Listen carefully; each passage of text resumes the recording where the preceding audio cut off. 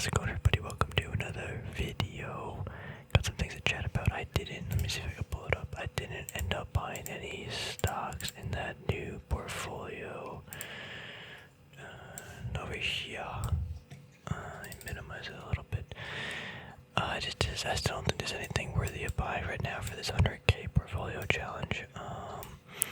But I did add that this SPY, so we technically started this on February 13th. The SPY was 408.71. I'm debating if I want to add bonds in this portfolio or just keep it like 100% stocks. Again, I'm not sure yet exactly what I want to do. If you guys prefer something, definitely let me know. But for now, we'll just do stocks. Because if we did do bonds, then I would be buying. Let me check something. Okay, let's make sure the mic was on the right setting. If we were doing bonds, I'd probably end up putting like 5% of the portfolio in bonds right now. Which I think is probably fair. I think maybe we should do stocks and bonds because it's a. But then at that point, want to do like collectibles and all these other things. You know what I mean? So. Is the point of this to do a stock portfolio and compared to the SPY, or to do a investment portfolio compared to the SPY? I don't know, but just some things I'm talking about. I've been selling some 3M. This isn't updated, but it's basically the same. I've been selling some 3M, getting rid of that. I think I'm down half the position. Let's go to 3M really quick, actually. Yeah, it's catching like a little bit at like 110 about, but I don't know. I really am hoping it kind of goes back up a little bit. If we look at the SPY, we're definitely pulling back away from this, and look at that nasty looking candle we got this day. Nasty, I guess. We don't need to use super small one-day candles and weekly candles. Again, this is our third week in a row. We're getting selling pressure at this 410 level, so kind of interesting. Today's video, though, I do want to talk about two things. Where'd it go? New York Times article. We could go anywhere to look at this information, but the CEO, Susan Wojcicki,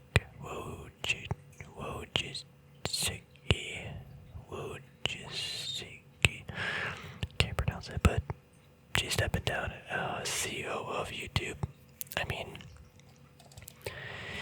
I'm not going to act like I know everything about her and what she's done for YouTube, but I think in the last couple of years, I think YouTube's been going down a pretty dumb path. I really like YouTube. First of all, obviously, we're using the platform. I think it connects people and streamers, content creators with the target audience. I think it does a great job, but I think there's definitely a lot of there's decisions that Google, or YouTube specifically, is making that I don't agree with, and they've been slowly adding these changes over the last few years. So I think it's maybe time for new management. I think you just need some new rotation of people, maybe, or someone leading. So we'll see what happens here. Where were we? There was an article here, though. Yeah. So this was on 216. Said the focus on family, personal projects. She's working there for 25 years, though. So she probably, it's a long time to be doing that too, and it changes so fast. So I think again we need some new people. Shows now I get video platform and it goes everywhere. TikTok. I don't know.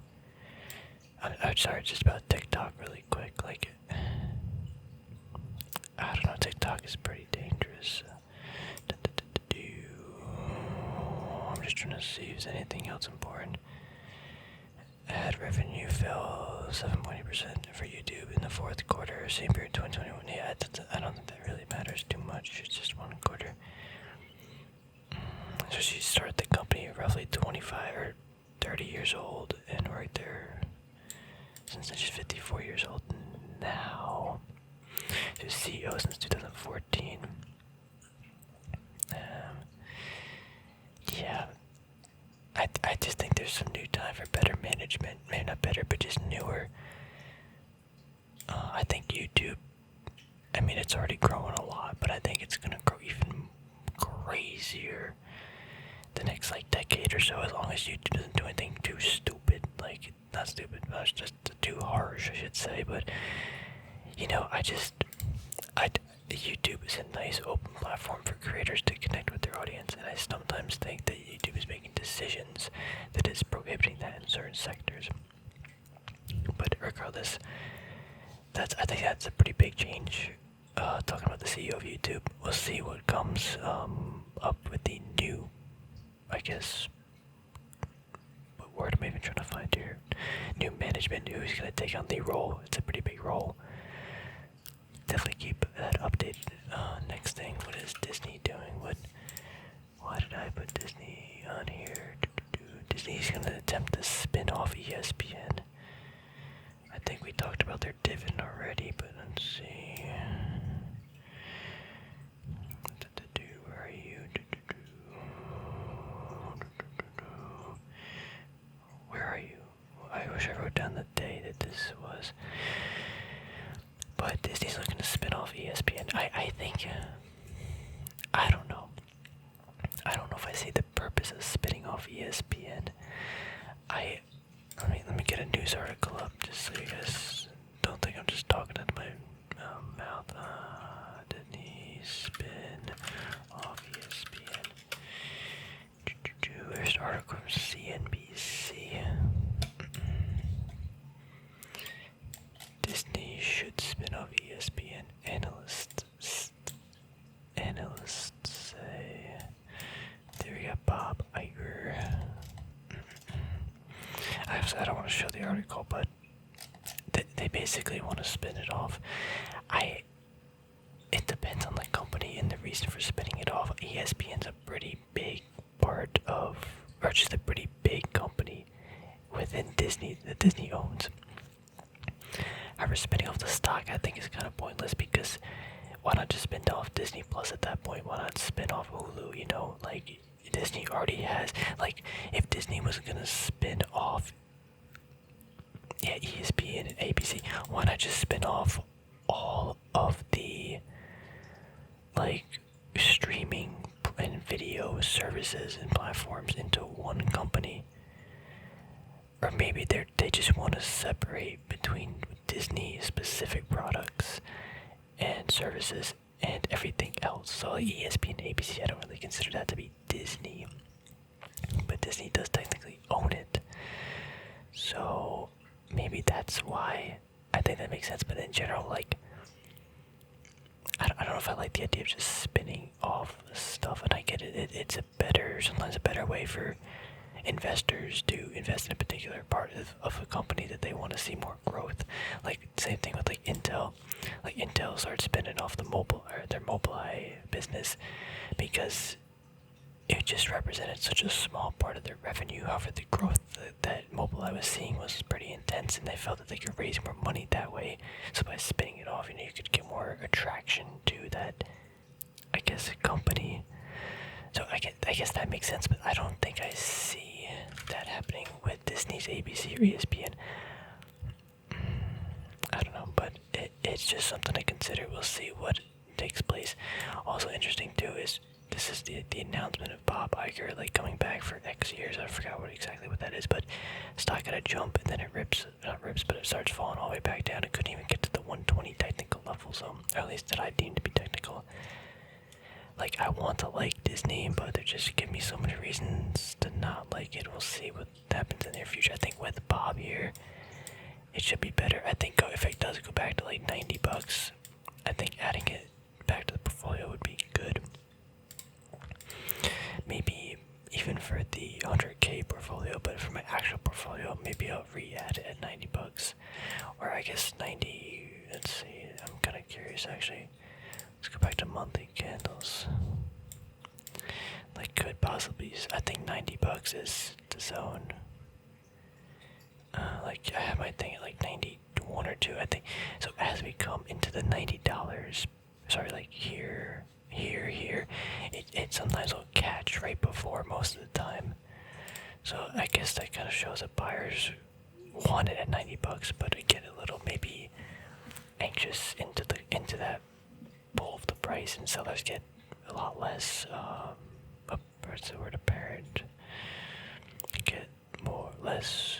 Well, I'm so tired. This is either a really good time to do ASMR or really bad because I can pass out right now. I'm so tired. Nah, probably not. I usually take a little bit to sleep, but regardless, super tired. Anyway, though, Disney, I wanna own it, but I wanna like it. I don't think I like it enough to buy right now. So, all right, MPW. I want to buy this company. So this is a REIT. It's yielding like 9% or something right now. I don't know. I like the yield. I think it's attractive. I think the company's got some good stuff going for it. There's definitely bad things going on too. Don't get me wrong. Like there's definitely a lot of risks. That's why this company's down mad low. Like down 50% the last year. But I want to own REITs a little, or I want to at least add some to the portfolio. Just about finding a good price. Trying to analyze a REIT and get it at a good price, I think is quite challenging. Like I don't know if it's just better just to buy something like Stag or O. Yeah, the thing is, I don't think Stag or O is a buy right now. I think O, like 50-55 is a buy. Stag, I want sub 30, preferably back at this trend line. I was dumb. I should have bought at this trend line right here. But that was really dumb, so I can wait. It doesn't really matter. I'm buying other things now anyway. But I don't know if it's better just to, buy this at the less yield or take the risk with some more, with maybe less money but get a higher yield on something like MPW. What is it? IIPR? Is that it? The other one? Yeah, this one too. $1.80. What are they yielding right now? 1.8 times 4 divided by 80, so it's 87. 8%. Like, again, I have to figure out what assets they own and stuff. But I'm just saying, like, there's for REITs, there's a lot of good options, I think, and maybe they'll get even cheaper. I don't know, but they do have their risks, and I don't know. I still got to do more research, obviously, but it's just, I've been eyeing them up. Oh, look at this. Wait, what? Corsair breaking out of this trend line. Maybe if you think this trend line's significant from back here. See over here. I don't know if that's valid, but it's breaking out. I should have picked. Actually, no. I think my buy price is like $10. Yeah, for a Corsair. At least from a technical level, it never got there, so it's alright that I didn't pick it up. But if it did get the $10, kind of would have been annoyed that I didn't buy any. I'm just eyeing up some other things. Yeah, sorry I don't have the face cam on today. My hair is like super messy. I had my headphones on all day, and I look like I'm about to pass out. And I gotta have that nice. I gotta have a bright light on me, And that light is bugging my eyes out. So I was like, you know what? Let's just not do that. What just happened? CCJ second week at this at this zone is trend line. I sold it, and I could have guessed I could have got another 15% gain on it, or I guess like $10 move, or sorry, a $5 move, which is actually a pretty good amount of money if I just held the shares. But I don't know. It's just I think uranium's part of the future, but pricing it and buying it at some good value, I think is very hard because it could go all the way back down to here, I think this pattern, this is such, yeah, you're making making higher highs, making higher lows, and we were making higher highs, but now we're making lower highs, which, also look at that lack of volume, especially this week, going into that huge, this 1 month, it was up 25%. Look at that lack of volume. Definitely gotta take note of that. Like, that's a substantial lack of volume compared to, like, at least over here. And yeah, today's Friday. Look at that, like, even more lack of volume. I think this goes down. I think that's probably what happens. Let's remove that drawing. We'll see what happens, but I think that goes down. I mean, ideally, I would feel very good about myself if it went down to like 15, 16 bucks again, even 14, then I'd pick it up. If this somehow gets back to like 10 bucks, I think that'd be great. I highly doubt it will. Yeah, we'll see. I probably wouldn't hesitate. I think I would hesitate at 20 bucks. But I think getting back to like $16, I think that just gets a little bit too cheap, because we do have the reopening of like the biggest uranium mine in 2020, next year, I think 2024, is that right? Do we have any news about this? So like, you can't value this company from like a PE point of view, because you're expecting once all these mines open, they're going to be generating X amount of money, and kind of hard to predict that. So it's pretty speculative, but it could potentially get a huge gain.